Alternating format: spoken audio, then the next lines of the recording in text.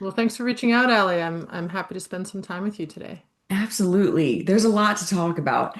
The Akashic records come up a lot on the channel, but we haven't taken a deep dive into them by any means. So I definitely want to do that with you. And before we get into kind of like the history of the Akashic records, how they work, um, I just want the audience to get a feel for who you are and how this all came about. Tell us about your upbringing and background, how you discovered your gifts, and how you got into working with the Akasha records.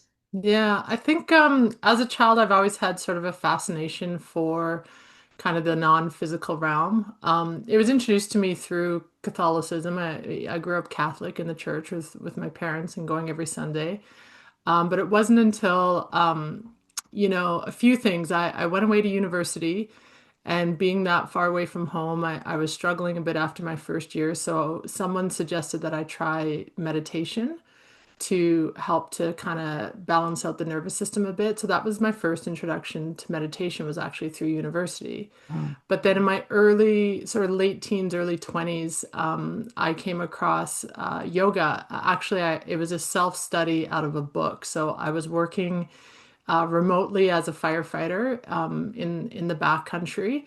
And we could do whatever we wanted to, so long as we were within 100 feet of the machine in case we got a call for smoke. So what we did to kill 12 hours a day was totally our own prerogative. So one of the things I did is I got a friend of mine to suggest a book. So I started off with it was a Linda Sparrow book, yoga for the everyday or something like that. And it was just a self-study. So I was just teaching myself poses out in the middle of the bush and then the guys wanted to learn. So I was teaching them. And then I sort of sat back and I was like, well, if I wanted to, I knew I wanted to do something physical as a job, but I knew that anything that was too demanding would just kind of wear the joints out over time. But yoga seemed like a really good fit. So my first time ever I stepped into a yoga studio was when I did my teacher training. I'd never before Wow. been in a yoga studio. So fast forward 20 some odd years later of like teaching and it was a great job. Not even it's not even a job for me. It's almost like a vocation, I would call it. But my husband works out of town. We met in the firefighting industry, so he still does that job. He goes out of town a lot with his helicopter work. So being at home as a single parent with kids, it was the perfect balance because I could teach a little bit in the morning, teach a little bit in the evening. I'd have just local babysitters come and hang out with my kids. I got a break, and it kept me in touch with the integrity of who I wanted to be as a person as I navigated the challenges of motherhood. So it was a good stabilizer for me. And then most recently, I mean, I think I've had a continuous sort of breadcrumb drip into like, let's see if we can go deeper. Let's see if we can go further. Where can we stretch next? How can we expand? Change is something that I really enjoy. It's something that I sort of thrive off of. So I love trying to hunt and find different ways to kind of take the journey that I'm on and see if it can expand in a different way. So that was all that I was looking for was just guidance and inspiration as to how I can personally go deeper with my relationship with consciousness, and then also how I can support others who also want to go deeper. The town that I live in is a beautiful mountain town, but it's highly type A. It's very much a physical town, lots of mountain biking, skiing, fly fishing, hiking, running, all the things. So yoga here is more of a support to the physical body in the other activities that people do. There's this very small niche that are kind of curious and interested in the spiritual realm. So as the Akashic records came in, I've really had to sort of expand myself internationally because there wasn't enough of a clientele here where I live. I mean, the town I live in is 5,000 people, so it's kind of just been me following where the field takes me as to what direction I'm going into next, and it's been the most blessed experience. I've heard you talk on other podcasts and you've gone into some of the examples in detail of like kind of how you've been led and you truly do just like trust the call. It's really incredible. It's the little nudges that most people I think would kind of shrug off that you listen to, and it's been a beautiful journey from what I've heard, and it's incredible. Um, I would love to kind of talk about what a session looks like with you and how the Akashic records work. Kind of go starting like wherever it makes the most sense, but kind of just give us like a background for what they are, how they're guarded, who has access to them, that sort of thing, and then like what sessions look like for you. So I think when we start to talk about the realm of consciousness, there's a lot of conditioning that comes in with our own individual backgrounds, whether it's parental or authority through teachers or through religious leaders. There's a lot of dismantling, I feel, has to happen in the system when we start to lean into the exploration and the growth of our own relationship to self, essentially, is what it is. So the Akasha, it may sound to your listeners like a brand new topic and something they've never heard before, but I always like to sort of pare it back down to like, it's actually quite familiar. It's just talking a different language, right? So back in the day when I taught yoga and I would teach on the chakras and these energy hubs inside of the body, when I would lead workshops, I would start off with saying, we all language this all the time. We just don't refer to it as chakras. We talk about a gut feeling. We talk about a heartbreak. We talk about something being stuck in our throat that we can't get out. We have so many cliche languaging terminology that we use to describe this energy opening or resistance that we have in our body. We just don't call them the chakras. So same with the Akasha, right? So Akasha from someone who likes to operate more from science is going to be best referenced if you're talking about the quantum field or the quantum. And then if you're more spiritually minded, it's spirituality. Quantum can also be space, and the big overarching umbrella would be consciousness. Okay. And then what I also find really interesting is just like a side note, if we go back before the time when we separated spirituality from science, we were referring to the alchemists. And so alchemy is the study of taking something, distilling it, purifying it, and then bringing it back in together. And when alchemy is in its purest form, science and spirituality are never actually separated. They're separated through politics that took place in the religious, in Europe in what was it, the 1700s or even earlier, probably, where the two needed to be separated so that the church could have a hold of what it needed to be able to control. And so it was more of a political reason why science and spirituality were separated. And it's fascinating for me to witness how I don't know how to talk very much about quantum physics, but what I do know is that it's getting to a point where you can't leave the non-physical out anymore. Yeah. It's just naturally coming back together. So I separate it just to bring in all the people that are listening, but essentially it's the same thing. Akasha is the science and the spirituality. It's the study of everything, essentially, is how you can look at it. And then when we look at someone's particular Akashic records, it's everyone has like a divine blueprint. Your own personal GPS signal is another way that you can think about it. And in that space of your soul, it carries the entire journey of your soul's experience. From when it sort of separates, if we can even say that, from the source energy and individuates into an incarnated form and goes back into non-physical and then repeats back into physical form. And so we call these lifetimes or incarnations. It carries all of the information from each of those lifetimes and journeys that we've had, as well as the space in between and the potential possibility of what's to come. So it's very vast. It's incredibly vast. Who has access to it? Everyone has access to it. But it's like anything else. Who can run a marathon? Anyone can run a marathon, but who wants to run a marathon, right?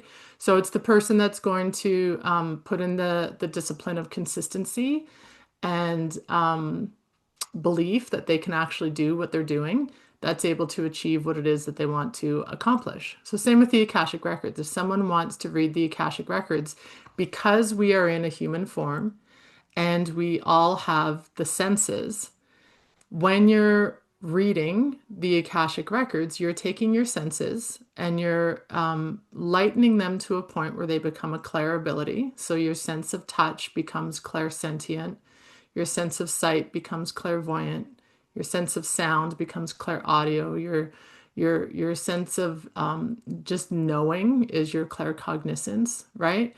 So you're using that as the bridge between the physical and the non-physical, and that's essentially how someone reads the Akashic records. But it takes practice and time because it's a muscle like anything else that needs to be worked. And so what I find interesting, and I've mentioned this before, is just, in the realm of spirituality, we have sort of a belief system that you're either born with energetic gifts or you're not. And sort of one of the, you know, passions that I have to demystify is it's the opposite of that. We're not born with it or not born with it.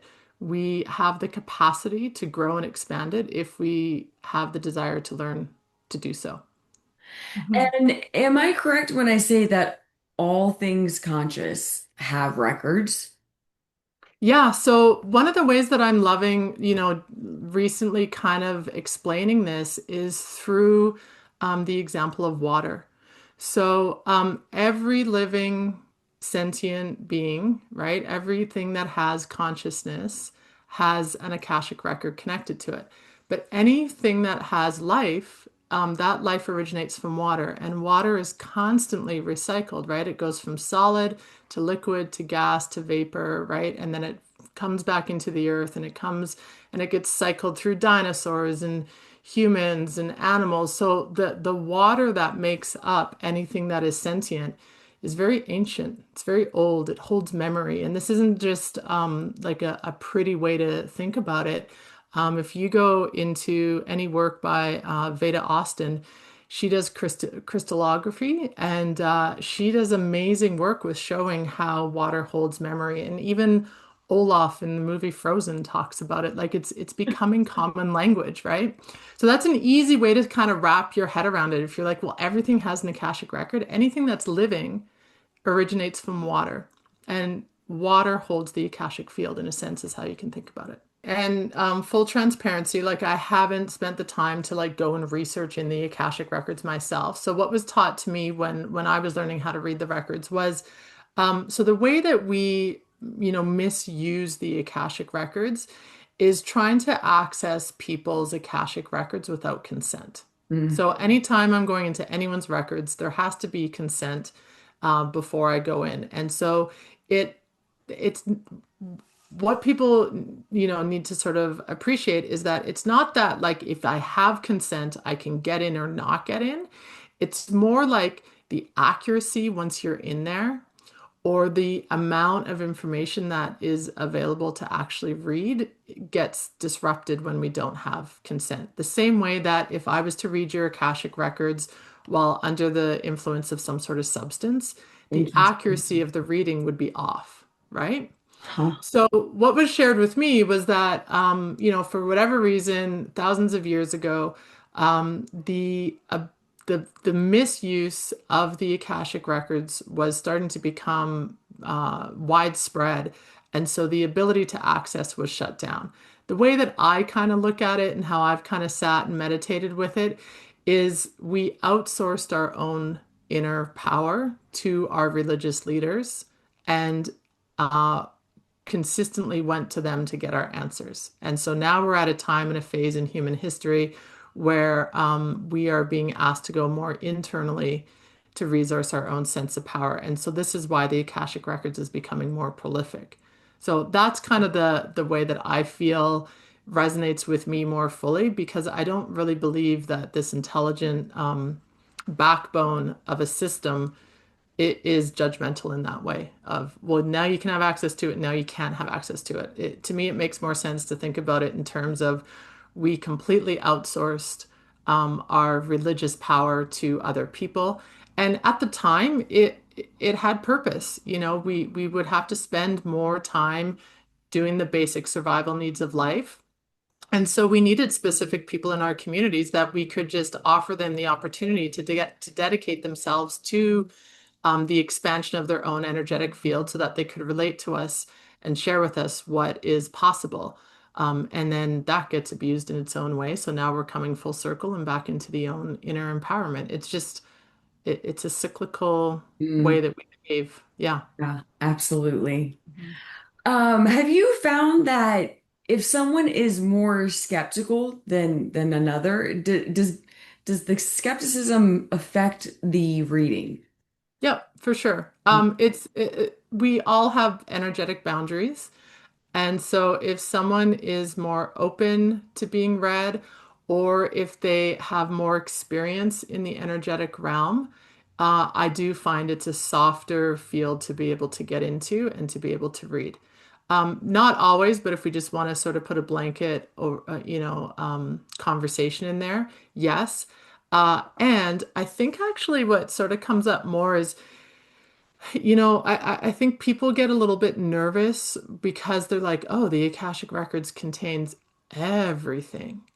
So this little topic over here that I don't want to have to go into, I'm nervous if that will come forward. And that can be very innocent and it can also be very sensitive, right? We Mhm. have, different ways that people are abused and taken advantage of. And if they're not willing to have that come forward, that can be a reason why there's a tension there. And so, what I love to remind people is that when we go in and work with the Akashic Records, we are working from it from two places. One, we're asking that the information that comes through serves your highest and greatest good. It's not random information that comes through.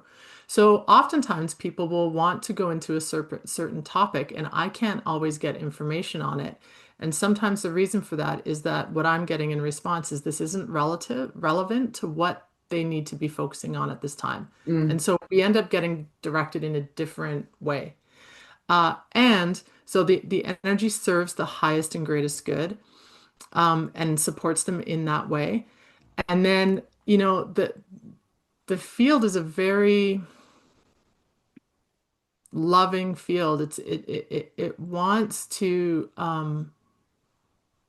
it wants to support the becoming of ourselves. mm, And so its design isn't to set triggers to set people back. And what I find where I sort of work as a practitioner is when something's coming through, the human in me can get quite nervous about it because I don't necessarily want to say the thing that's coming through. But what I remind myself of is that what is coming through in the present moment is information that this individual is ready to receive, whether I'm ready to offer it or not. And yeah. so I just kind of have to move out of my own way and not only deliver the information, but I'm always delivering it in the way that it comes through. So the moment that I open up someone's records, let's say, for example, I was in your records, alley, and the sort of cadence that my system operates at, sort of the pace of my frequency. When I go into your records, if you have like a faster frequency, I might end up talking faster when I'm in your records, right? If I'm in someone else's records that has their soul has sort of a slower cadence, I might talk a little bit slower. Sometimes if someone has, a real they use a lot of vulgar language. Next thing you know, I'm swearing like a trucker, and it's not, I can, but not to the extreme that I'm doing in that moment. Or like sometimes the records will be very direct and like no soft fluff around it at all. It's just very direct and to the point. And sometimes it talks in a very gentle, almost like trying to bring like a little lost puppy closer kind of thing. So Wow. it blows my mind as to how the information comes in so that the person receiving can receive it in the way that they're designed in that moment to receive it. And that doesn't always mean that in the moment the individual's like, wow, that's like just completely changed my life. It might be an after effect where Yeah. like a month later they're sending me an email and saying like it just clicked. I get it now. Thank you, or whatever it is. So that's fun to watch. And so the more that my ego can just sit on the back burner and I just let it go the way it wants to go, it's just far more true. So when when I talk to channelers, a lot of them will, well, it's kind of 50-50. Sometimes they're conscious and present for the messages that are coming through. A lot of times, they will also step aside and they won't even remember the information that's being said through them. Oftentimes, like if they record it, they can look back and it will like jog their memory, but for the most part, they don't remember the messages. Do you fully remember what you're sharing with your clients? For me, the Akashic Records is a conscious experience. So I don't, there's no part of me that Yeah. leaves the moment so that something else can come in and sort of channel, like take over me. But what I do find challenging is because it has nothing to do with me. It's just like the Heather and me memory. Mm. Like in school when you like study, study, study for a particular test, and then the moment the test is done, you forget all the information because you no longer need it. It's that sort of thing. So I don't feel like I blank out in any way or I leave my body and that's why I don't remember. It's more because if I'm doing, say, 3 sessions a day, 3 days in a row, none of that information is mine to keep. So it Yeah. just goes right through. And so that's why I do offer clients a recording. They get it sent to them, and if they want to keep it, they download it because I make it very clear if you come back to me and ask a question about it, I'm not probably going to be able to answer it because I haven't kept it. Yeah, Yeah. that Yeah. makes total sense. I love that you do the recordings. I have never done a Akasha record reading, but I've done like mediumship and stuff like that. And the mentors that I've used, the healers that I've used, they record them as well. And exactly what you were saying earlier, so many times. I mean, sometimes it's a week, sometimes it's a month, sometimes it's a year later where something will come up that, was talked about in the session and it suddenly makes sense. And then I'll go back to the session and really re-listen to it. So the fact that they're recorded in general, I love that you guys do that. I think that's so important. It's so easy to because it's just like a fascinating experience, period. So it's easy to like kind of get caught up in the moment and not really like process what's being said almost, you know what I mean? So the recording I think is key. I love that you do that. What is it like for you to be like in your seat? Like what's the most fascinating part of the work that you do? There's a lot of different ways I could answer that. Yeah, it's a great question. I really don't like chit chat, right, in general. So I think one of the things that and even like sessions like this, doing podcast interviews, anytime I can meet someone that can kind of slice through the superficial conversation and kind of go into conversations that have a little bit more meaning, it instantly lights me up. So one of the things that I love about the work that I do is that I get to meet a lot of different people and get to know them in a way that probably the people closest to them don't get the opportunity to know them in that way. And I get access to that within an hour, right? Yeah. So that part I find super fulfilling. And there's so much that I learn by being in other people's records. There's so many belief systems of my own that have been dismantled because something will come in and I'll be like, oh, I've never actually looked at it like I've never seen it this way before. Let me just share. And I just get out of the way and share what's coming through. And so in real time, as I'm sharing with someone something that's happening in their records, I'm getting my own belief system brought forward, shattered, and then the new scaffolding of the new way that I'm operating is happening instantaneously. So that to me is super interesting. Wow. And that for me, like those moments are very confirming that this isn't nonsense. This isn't something that's made up. Because even as I've been doing this for 5 or 6 or 7 years now, yeah, I'm probably getting closer to the decade mark. There's still a very healthy critic and critical thinker that's inside of me that's constantly cross-checking and making sure that what I'm doing is not just uh, you know. something that's made up or something that I'm just talking and pulling something out of nowhere from.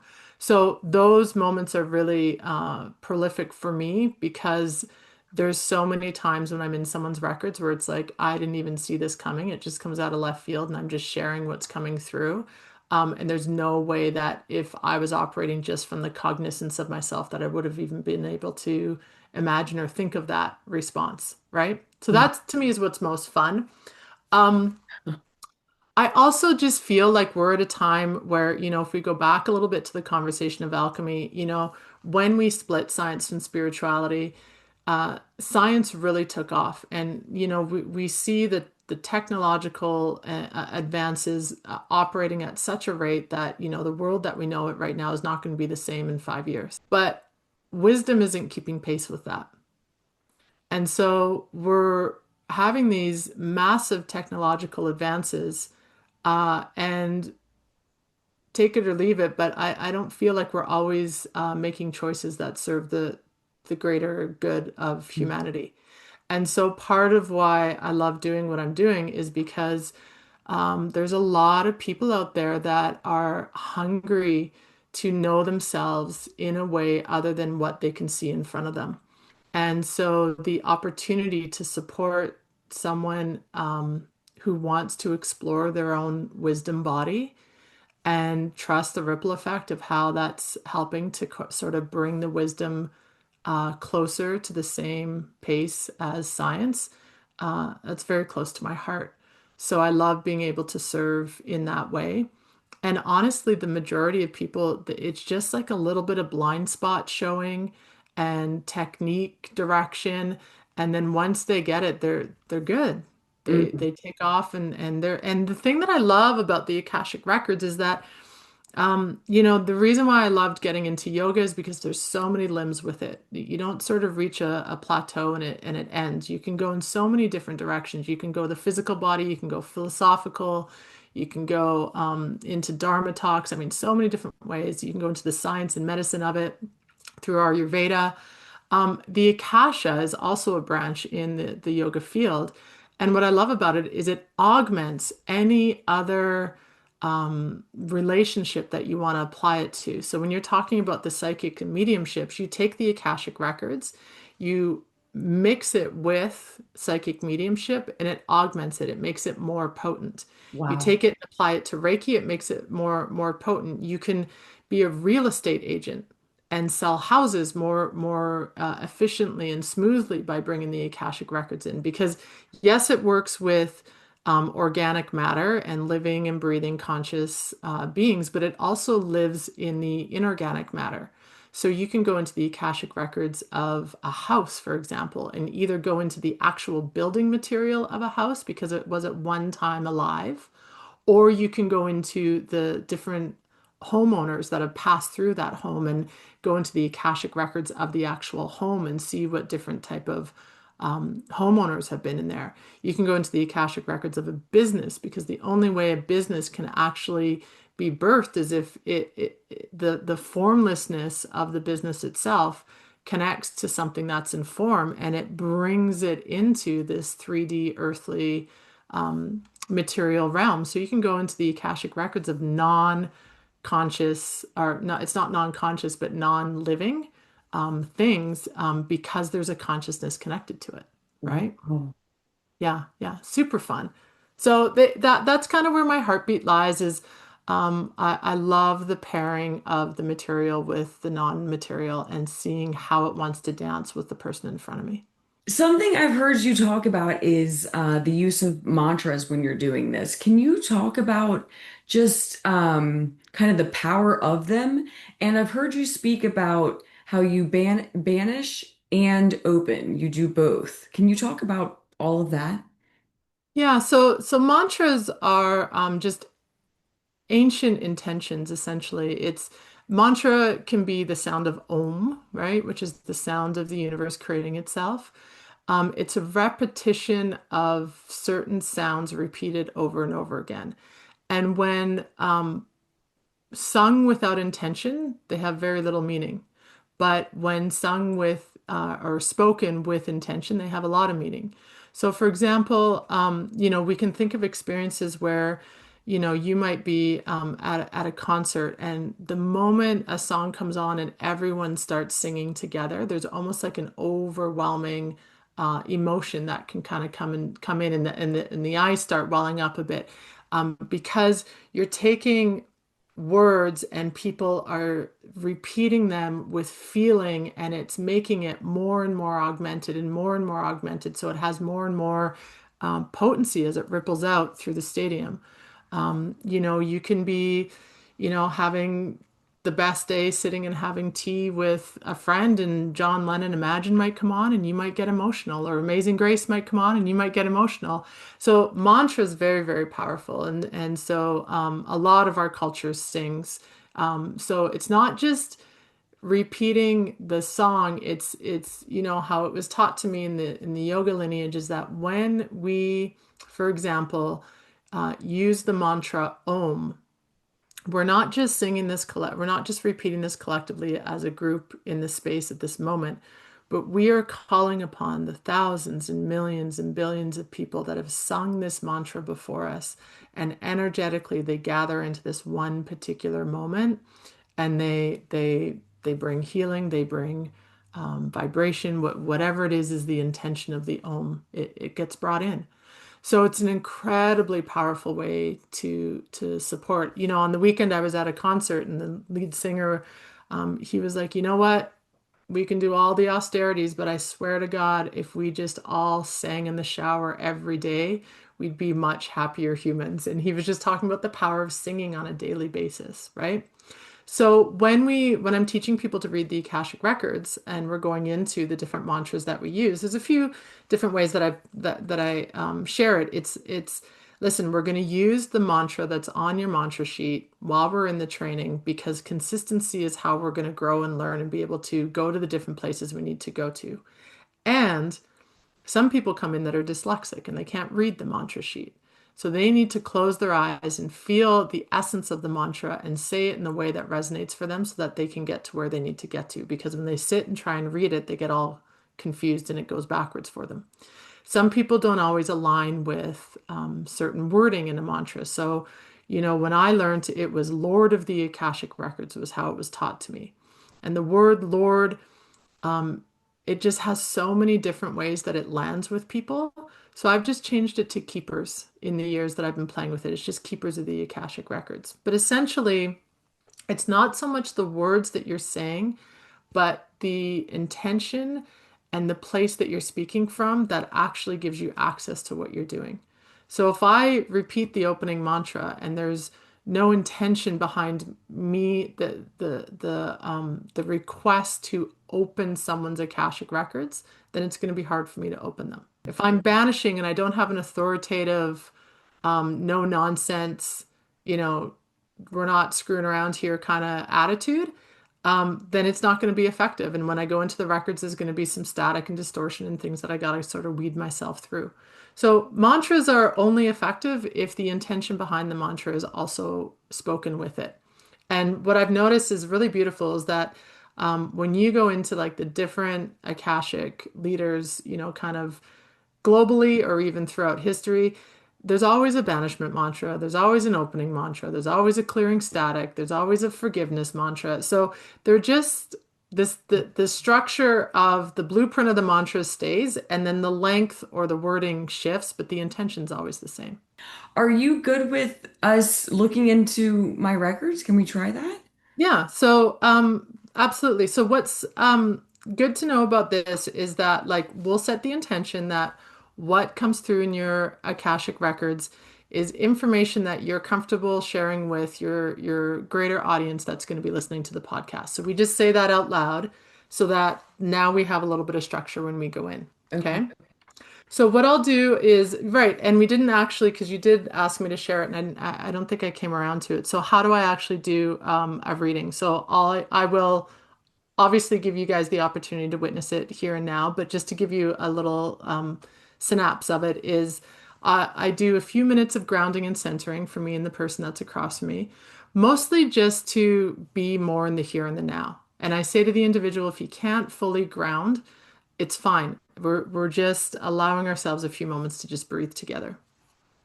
Then the banishment mantra is, it sounds intense, like we're doing some demonic excavation here. Really, what we're doing is we are very spongy or Valkyrie during the day, during the week, and we take on a lot of energy that's not ours. And so it's almost like think of like the ginger after the wasabi, right? It just clears the palate a little bit.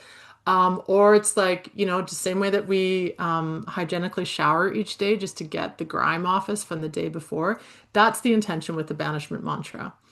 And then I'll open the records. When I open the records, there's always a way that your energetic, your Akashic field is going to feel to me. So I spend the first few minutes just describing your Akashic records to you, and it just helps to open and stretch it and expand it a little bit more. And then sometimes the records are going to take us in a certain direction. And sometimes people come in with like, here's my list of questions that I want to get through in this. And so we just go where they want to go, and we see if we can get through as much as they want to get through. So some people are super open and some people are very specific, and I can do either or. Yeah. I would love to let it just be open if Sure. that's okay with you. Okay. Let's do it. Let's do it. Absolutely. So, yeah, let yourself get comfortable. Let your feet be on the surface that's beneath you. And then when you go ahead and close your eyes, use that like release of vision to be able to feel the physical body more intimately. And then if there's any request from the physical body to move or shift or adjust to be in a more optimal position, really honor that. And then very casually start to take the attention inwards. And for the first moments, what I love to do is just see if we can touch nothing. Don't try and make the breath more special, or don't try and make the mind stop thinking.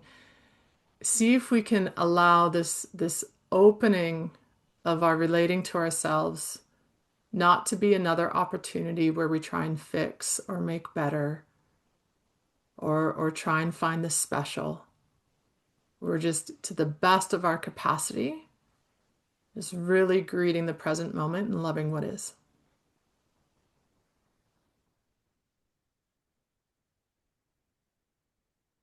So mind will ping, really giving so much gratitude for its noble way of filing and sorting. The moment we place attention onto the breath, you'll notice that there's a way that we want to adjust the breath. It's not that we have to stop that, but to the best of our capacity, just let the breath be wild and free. Let it introduce herself to you.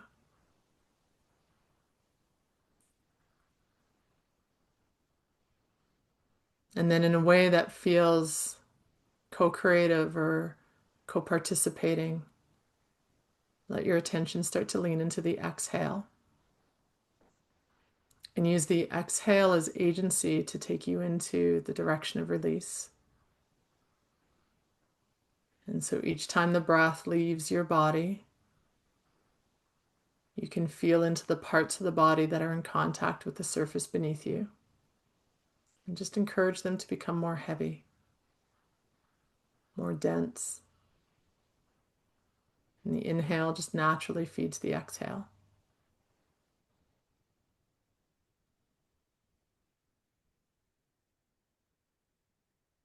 And let that direction of release go all the way down into the Akasha of the earth. And whatever your native way of connecting to earth, do so now, whether it's visual or feeling or just knowing.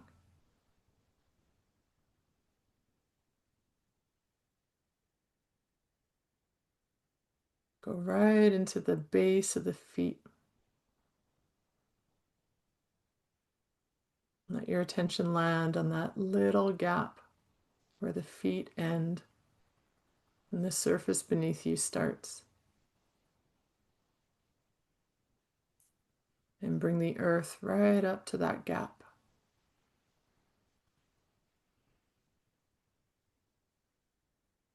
And for the next moment or so, just enjoy the reciprocity, the energetics of your essence, your nature, sharing itself with the earth, and the earth doing what she does best, which is support and nourish, and sharing herself with you.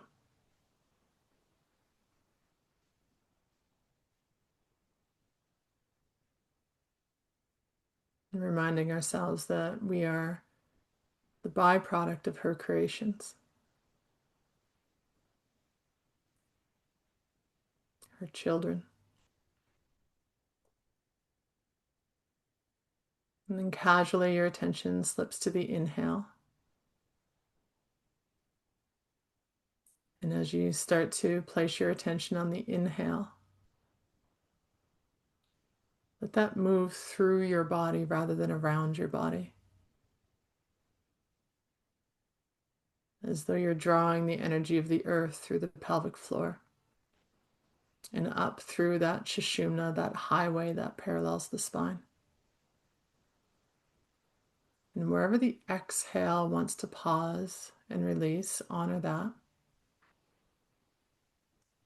And as you inhale and continue to staircase upwards, take with you the effervescent energy of your body, space between the cells,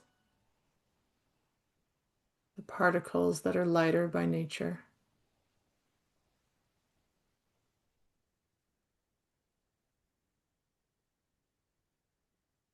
the places within you that are connected to your essence in the field of the unknown, and go all the way up until eventually you arrive at the crown of the head. And you can either pause here or even go maybe 6 to 12 inches above the crown of the head. And I'll banish and I'll open. I hereby evict, revoke access, rescind approval to all souls, energies, or beings that have access to Ali's being and are not serving her highest and greatest good in all timelines, dimensions, and realities. By my will, so it is. Deep breath in and out.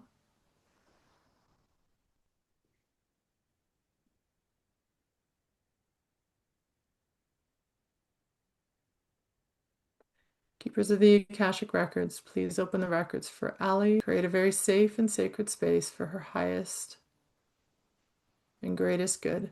The records are now open.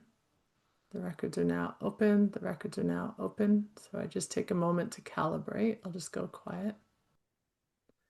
Okay, so when I'm opening up your records, the feeling is it's a very soft kind of pulse as I'm going into your field. So um, like the visual that kind of supports that would almost be like jellyfish moving in ocean, just how it can come together and kind of condense, and then it spreads out and it floats. So there's uh, an ascension that's taking place that's doing so in a very gradual, very gentle way that it wants to be opening and expanding you. Um, you have a system that operates. It doesn't need intensity in order to be able to listen, so it can work on you in just a very sort of gentle massage, kind of like an effleurage approach to awakening and expanding. Your field did mostly open up from the throat up, so I'm just gonna just go into the bigger field of the body.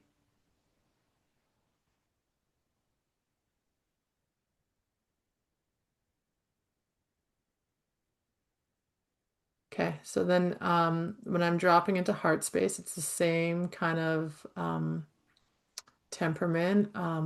Sort of like when you can watch kind of rock drop in water and how that ripple can kind of go on and on and on. And even when you can't see it, it continues to do so underneath the surface layer of the earth. Same happens when I'm going into the heart space. So as the heart starts to love in whatever situation it's loving in, it likes to do so in a gradual approach. And once you're hooked into the love of whatever's taking place, whether it's person or scene or land or experience, it continues to expand the horizon line in ways that are kind of beyond what the physical body can not feel, but almost like the expanding of your heart is very strong energetically. There's you have a strong physical heart, but the energetics of the heart is quite strong. So like if we were to take dowsing rods and kind of measure your auric field, it'd probably be quite wide. It'd probably dowsing rods could probably be, 40 feet away and still be able to open up your field from there. Okay. So there's a lot of energy that that wants to be expressed through you, and it does so in like you're here for the long term, not the short term, right? So you have an endurance with the way that you're expanding. If you have really intense um, experiences, it'll happen just because that's the way life is. But the recovery that you've learned over time, the recovery of that is a lot. So you've learned to not so much hunt for the extreme and instead be able to have the energy that can handle sort of a long term um, lifetime that you're playing with. Okay. So the way that someone would like eat oatmeal in the morning because they want to have that like energy release all day long versus like having like a super intense espresso first thing in the morning and just get that jack of energy, but then the recovery is pretty long afterwards. Okay. How does that land? How does it resonate for you? This all resonates a lot, Okay. especially when you talk about the heart and the pulsing, the jellyfish. Yeah, I can feel that. Okay. So then let's go back to that a little bit and just because there'll be more information that comes through for that. So, energies and frequencies that work with Ali. Okay, so you have like a really you have a lot of current that works with you. So I'm just going to try and delineate it a little bit here. Okay, so you can go into I'm getting that that you have a mindset that's quite open to it. You have quite a few lifetimes where you've been in non-physical form, so more of a like a frequency life form, or even you could even water is another one that's coming up, but then also like if you want to go into like planetary lifetimes, you've had lifetimes on other planets as well. Why is this significance to where we are right now? Because for you, pulse is very much a feeling of home, the same way that a person can be that for someone else, or a pet can be that for someone, just that feeling of home. For you, it's actually pulse. So when you get experiences to be able to be either swimming in water or like rocking in boat on water, this is very soothing for for not just your nervous system, like your soul's essence. But even what are the ways in which frequency and pulse works with Ellie? Okay, so you're gonna have experiences in life where like you follow the pulse. So like when something's aligned and moving quite slowly and kind of opening like a flower blossom, you move in that direction. And then you might find that it kind of goes on pause for a bit. It's not closing, but you kind of float away from it. And then there might be another area that's opening up, and you go into that area and you direct yourself in that direction. And so it's almost like you can think of it also as like eyes slowly opening and blinking and closing again. And each time they open, they're in like a different arena. So you operate quite well with having multiple things going on at once, but they're not frantic energy. It's not a frantic energy, right? So you might have like a new relationship that's opening up while simultaneously you got like a lot of momentum taking place with your podcast. And then you're also like, I don't know, going to the SPCA and getting a new pet. Like you have multiple things going on at once. But when you stay in sort of the frequency and not the emotion so much of what's going on, this is where your heartbeat feels the most capable and the most alive for you. Okay. Some people really need the emotional. You're feeling more into the energetics of a situation. And when I say that, can you sense the difference between the two? Absolutely. Yeah. So that's a big like when people sort of come in and they're like, oh, I want more information on purpose. This is a huge component of your purpose in this lifetime is to be paying attention to the energetics of a moment. The emotion is there, you're not ignoring it, you're just not letting it override the energetics of what's taking place, right? So if you're in a situation where emotions are high, but you can feel the energetics underneath it as this is actually providing a lot of good, and I'm just going to stay with the current and just kind of hold space for what's happening. Super, super supportive for you. But when you jump in and you're like, "Rah," and you get super emotional with it, then you kind of check out of the energetics, and then all of a sudden you've lost your tether, your roots, in a sense. Does that make sense? It makes a lot of sense. Yeah. This is a big way that your essence and your soul operates. So, one is through pulse, two is focusing on the energetics. And if you're open to it through your energetic practices, whether it's meditation or movement, you can connect to the non-physical realm through this. It's almost like the jellyfish just keeps rising, and that's kind of like the gateway that will take you into the meditation current that you want to play with. Okay. Okay. This is a lot when I'm going into like the galactic energy with you. This actually is mostly for you, not so much a way that you're meant to be like of service for other people. When you let it be like a channel that's open to anyone being able to access you to be able to get information, it can become draining over time.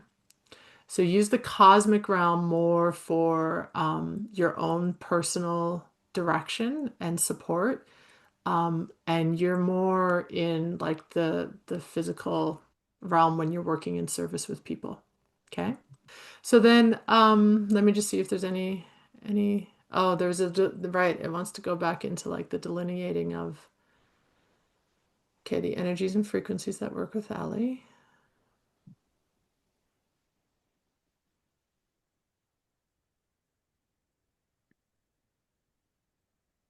Okay. There's a super strong Palladian energy. It just won't even go away. I'm like, do I even say this on podcast? But yeah, so Palladian energy is very strong with you.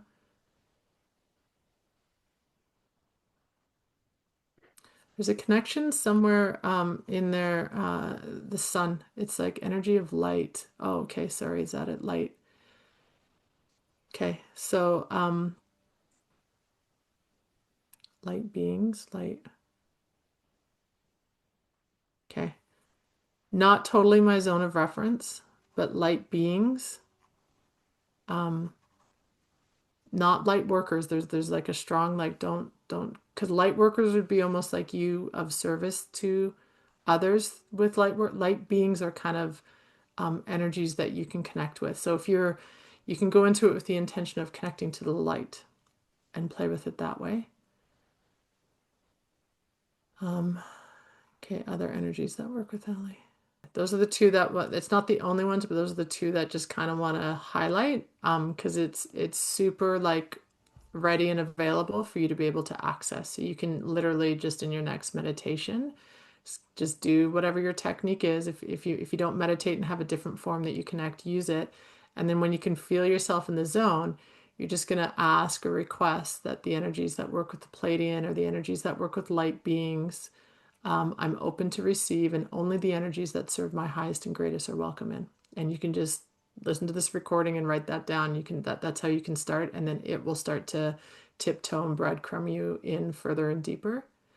Um, but now it wants to go into more like just the energy that works with you is very communal. It's very like community based. It wants to work with a collective energy. So you actually thrive more when you're working with collective rather than working with individual. You can do individual, but just like have the ratio kind of 70-30 more with like collective energy. So like the podcast is a good example of that, right? This is something that you offer out to the collective.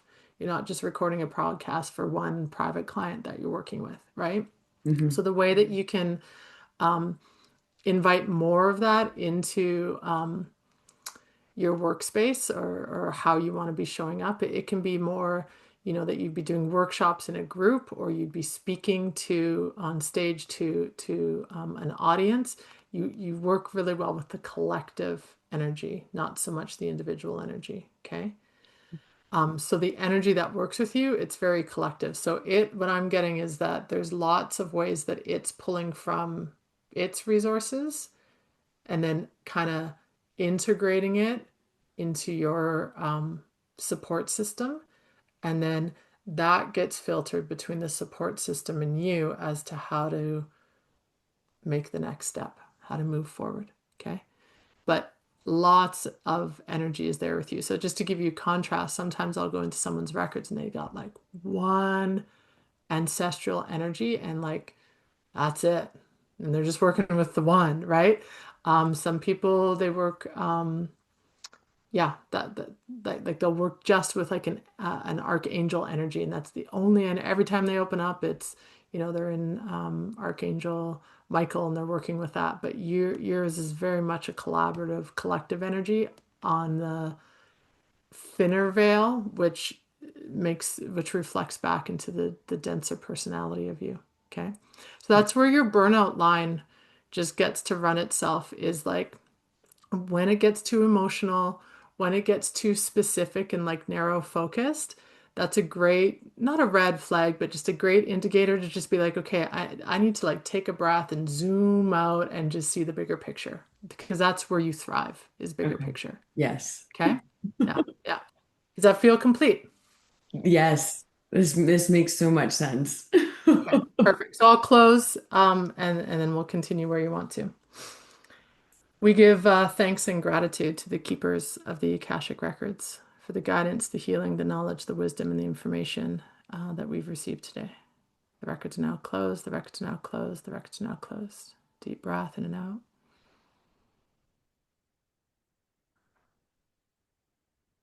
So just the one piece that I like to highlight there is, sometimes there's a misconception when we work with the Akashic records that we now have access to like the all-knowing realm.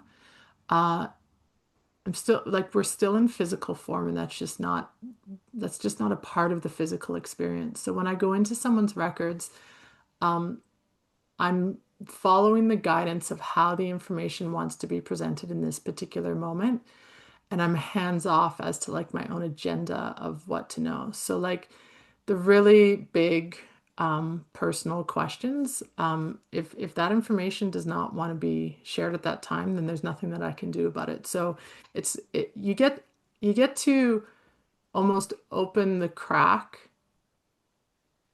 to be a part of the all-knowing realm, but really clear that we're not acting like God Yes. when we're there. That's the part that I just want to highlight there. Thank you for that. That was incredible. Thank you so much for doing that. I felt that in my body much more than I was anticipating. Right. So then you're probably, if we went in further, so one of the things that I do in the records is we'll identify what people's clairs are Mhm. so that when they leave that session, they have a resource or a toolkit that they can work with to help grow and expand their communication or relationship with the field if they want to. So when you're saying that as I'm speaking, you're feeling it, then that's a clear indication that you're a high clairsentient. Yeah. So Yeah. you can feel the energetics and the emotions of not just your environment, but the environment around you. And that data acts as like okay, so like how can I respond to this? How can I play with this? How am I gonna interact with it? Yeah. Yeah. Incredible. Beautiful. I love it. I know I'm very much clair sentient and clair cognizant. Hmm. And there's been meditations in the past, like deep meditations where I find myself like kind of spinning around. But it's not that doesn't happen every time. And with this, I mean, I felt it right away. I mean, all of it, the pulsing when you were going through which chakra, where you were focusing, all of it. Yeah, I very much Yeah. felt it. Yeah, Well, and incredible. we've had like an hour plus to like attune with each other too, which is Yes, lovely, right? yes, So yes. that's what makes it all the more easier to slip in and be a part, like exactly how you operate. You want to be in communion Yeah, with the experience, not standing on the sidelines and watching it. absolutely. Yeah, it's great. Heather, this was lovely. I'm going to have your links in the description so everyone can find you, but close this out with whatever. If there's any final words, any advice, anything regarding your work that you want to touch on, um, anything at all. Yeah, I would say just the easiest way to find out more about me is to visit my website. There's lots of free information there if people just want to get a little bit more of a feel for me. And then there's a lot of online options that people can self-study. And then if you want to work with me personally, that's available as well. So anyone that wants to reach out, happy to hear from you. And then, yeah, final words. I mean, I think, just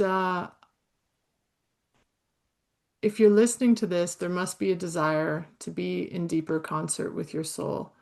And this is a time like no other to listen and honor and don't give up the hunt if you're really lost, because you probably are right on the cusp of finding the breakthrough to be able to connect. So stay the course. You're deeply loved and well supported.